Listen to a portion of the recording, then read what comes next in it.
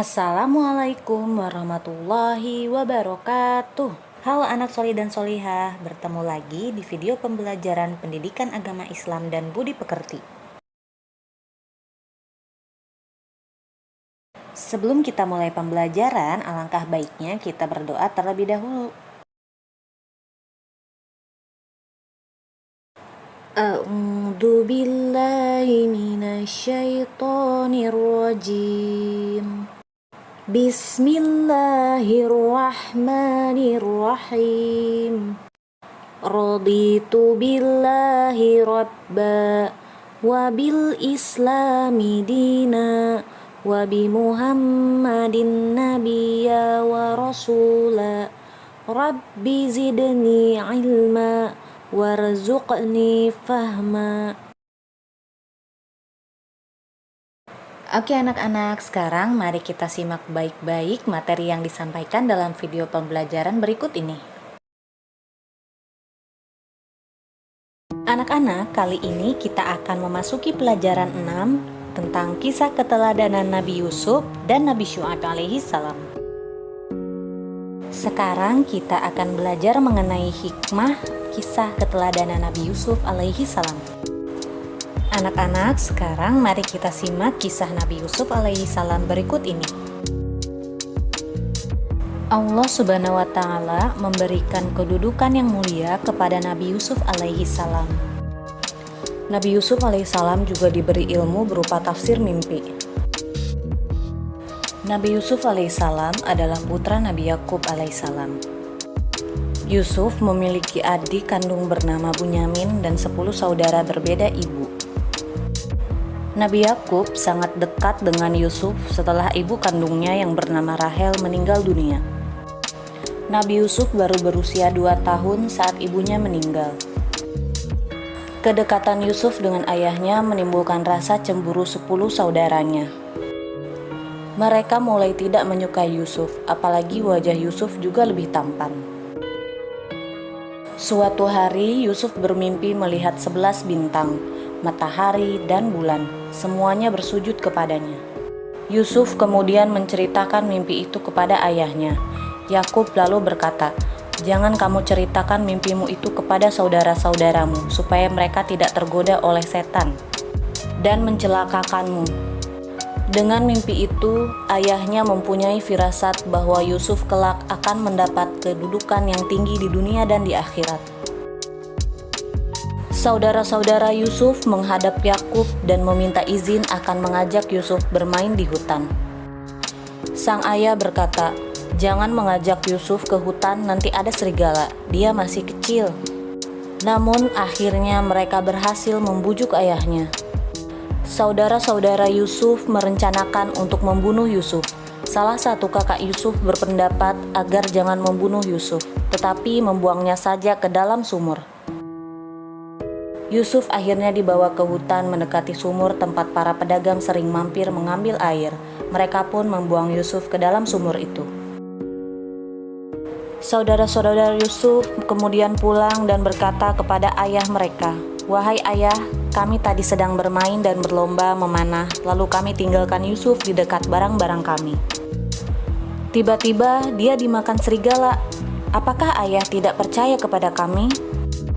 Mereka menunjukkan bekas baju Yusuf yang berlumuran darah, yang sebenarnya itu adalah kambing. Ayahnya pun berkata, "Sebenarnya hanya dirimu sendirilah yang memandang baik urusan yang buruk ini. Hanya bersabar adalah yang terbaik bagiku, dan kepada Allah Subhanahu wa Ta'ala saja aku memohon pertolongannya terhadap apa yang kamu ceritakan." Tak lama kemudian ada saudagar yang melewati sumur itu dan mampir untuk mengambil air. Ketika menurunkan timbanya, Nabi Yusuf alaihissalam berpegangan pada timba dan ikut ditarik ke atas. Saudagar itu pun terkejut bukan kepalang mendapati anak kecil bergelantung di timbanya. "Oh, ini ada seorang anak yang bisa kita bawa dan kita jual sebagai barang dagangan." Di pasar, Yusuf pun dijual. Pembelinya adalah penguasa di negeri itu. Sang pembeli meminta kepada istrinya yang bernama Julaiha agar memperlakukan Yusuf dengan baik. Waktu berjalan terus, lambat laun Yusuf menjadi pemuda yang cerdas dan sangat tampan. Ketampanan Yusuf membuat Zulaiha jatuh cinta dan ingin menggodanya. Namun Yusuf menolaknya dan membuat Zulaiha malu dan akhirnya memfitnah bahwa Yusuflah yang telah menggodanya. Lalu raja pun marah dan memasukkan Yusuf ke dalam penjara meskipun ia tidak bersalah. Pada suatu hari, raja bermimpi melihat 7 ekor sapi betina yang gemuk dimakan oleh 7 ekor sapi betina yang kurus. Dan 7 tangkai gandum yang hijau dan 7 tangkai gandum yang lainnya kering. Raja segera mengumpulkan para penasihat untuk menjelaskan makna mimpinya. Namun tak seorang pun bisa menjelaskan makna mimpi itu. Seorang pelayan melapor kepada raja, "Baginda, saya punya informasi tentang orang yang pandai menjelaskan mimpi. Maka utuslah aku kepadanya." Pelayan kemudian diperbolehkan menemui Yusuf di penjara dan menceritakan perihal mimpi raja. Yusuf menjelaskan kepada raja, "Hendaklah kalian bercocok tanam 7 tahun berturut-turut. Kemudian ketika kalian panen, hendaklah menyimpan makanan dengan cara membiarkan tangkainya kecuali sedikit untuk dimakan. Sebab setelah 7 tahun itu akan datang 7 tahun kemudian masa yang amat sulit. Pada masa sulit tersebut kalian akan menghabiskan simpanan makanan sebelumnya. Setelah itu akan datang tahun di mana manusia diberi hujan dengan cukup dan mereka memeras anggur." Raja pun tertegun dengan penjelasan Yusuf yang masuk akal. Kemudian raja mengangkat Yusuf sebagai pejabat negara urusan pangan. Mulailah Nabi Yusuf menjadi pejabat keuangan. Lalu datanglah masa sulit sebagaimana mimpi yang ditafsirkan Yusuf. Orang mulai memburu bahan makanan dan berduyun-duyun datang ke gudang makanan yang disediakan kerajaan. Tampak di antara mereka adalah saudara-saudara Yusuf. Yusuf mengenal mereka, sedangkan mereka tidak mengenali Yusuf lagi. Mereka mengira Yusuf sudah lama meninggal dunia. Saat itu Yusuf mendekati mereka dan bertanya tentang asal-usul daerah dan keluarga mereka. Mereka pun menjelaskan semuanya. Yusuf bertanya, "Kenapa saudara kalian yang kecil yang bernama Bunyamin itu tidak ikut ke sini? Untuk besok bawalah dia atau kalian tidak akan mendapatkan bahan makanan seperti hari ini."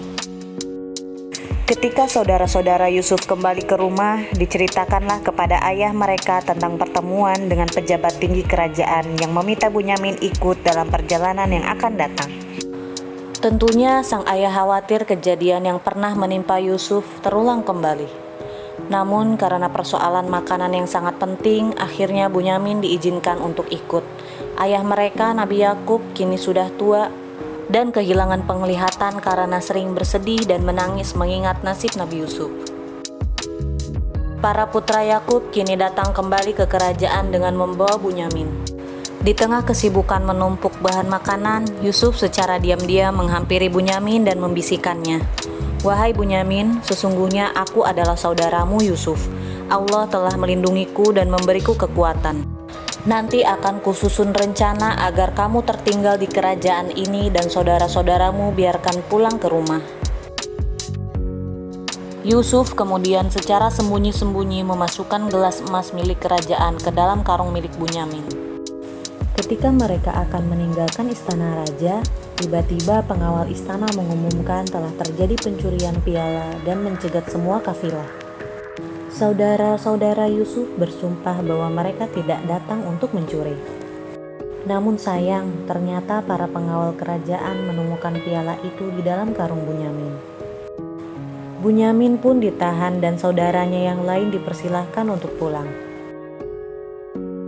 Saudara-saudara Yusuf alaihi salam kemudian kembali kepada ayah mereka di Palestina tanpa Bunyamin. Mereka mengabarkan apa yang telah terjadi. Ayahnya bertambah sedih mendengar kejadian yang menimpa dan berkata, "Wahai anak-anakku, pergilah kalian mencari berita tentang keberadaan Yusuf dan Bunyamin, dan jangan kamu berputus asa." Sewaktu mengambil makanan berikutnya, Yusuf alaihissalam mempertemukan Bunyamin dengan saudara-saudaranya. Yusuf berkata, "Sadarkah kalian tentang perbuatan apa yang telah kalian lakukan kepada saudara kalian sendiri, Yusuf dan Bunyamin? Mereka sangat terkejut karena di hadapan mereka ternyata adalah Yusuf, yaitu adik mereka yang pernah mereka buang ke dalam sumur. "Apakah engkau Yusuf?" Nabi Yusuf menjawab, "Benar, aku Yusuf." Mereka mengakui kesalahan dan memohon maaf atas perbuatan mereka membuang Yusuf. Nabi Yusuf berkata, "Kalian tidak akan dihukum dan dipersalahkan. Aku mohon kepada Allah ampunan dan rahmat bagi kalian dan Allah Maha Penyayang." Setelah menanyakan keadaan ayahnya, Yusuf kemudian mengirim jubahnya supaya diusapkan ke wajah ayahnya, sembari meminta agar ayahnya segera diajak menuju istana. Saudara-saudara Yusuf dan ayahnya segera berangkat menuju Mesir. Nabi Yusuf menyambut kedatangan keluarganya. Nabi Yusuf langsung duduk di samping ayahnya. Setelah selesai pertemuan, seluruh keluarga Yusuf diminta tinggal di istana. Kemudian Nabi Yusuf menyatakan, "Inilah mimpiku sewaktu masih kecil dulu, melihat 11 bintang, matahari, dan bulan bersujud kepadaku. Allah Subhanahu wa Ta'ala mewujudkannya dengan banyak kebaikan kepadaku dan membebaskanku dari penjara, serta mempertemukan kita kembali." Kemudian Nabi Yusuf beserta keluarganya hidup di istana. Kebaikan yang diterima Nabi Yusuf merupakan buah dari kesabaran yang dimilikinya. Dari kisah Nabi Yusuf tersebut dapat kita ambil beberapa hikmah di dalamnya. Di antaranya yaitu menjaga dan memelihara hawa nafsu, dan tidak menyimpan dendam. Sebagai manusia, terutama sebagai umat muslim, sebaiknya kita tidak memiliki dendam kepada siapapun, meskipun orang tersebut telah menyakiti hati kita. Seperti sikap Nabi Yusuf kepada saudara-saudaranya. Meskipun saudaranya telah berbuat jahat kepada Nabi Yusuf, akan tetapi Nabi Yusuf tidak membalasnya. Kita juga harus meneladani sikap sabar yang dimiliki oleh Nabi Yusuf. Meskipun diberi beberapa ujian oleh Allah, Nabi Yusuf tetap sabar dan akhirnya mendapatkan kebahagiaan dari sabarnya itu. Dan untuk tidak bersikap sombong atas kelebihan yang kita miliki. Seperti Nabi Yusuf, meskipun dia memiliki wajah yang sangat tampan, dia juga pintar, serta memiliki kekuasaan di dalam kerajaan, akan tetapi dia tidak sombong dan tidak melupakan saudara-saudaranya. Nabi Yusuf pun pemaaf. Seberapa jahat saudara-saudaranya kepada dirinya, Nabi Yusuf tetap memaafkannya.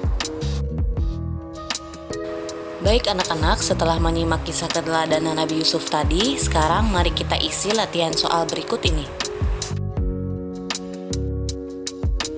Baik anak-anak, terima kasih untuk yang sudah menyimak dari awal sampai akhir. Sebelum kita tutup, kita berdoa terlebih dahulu ya.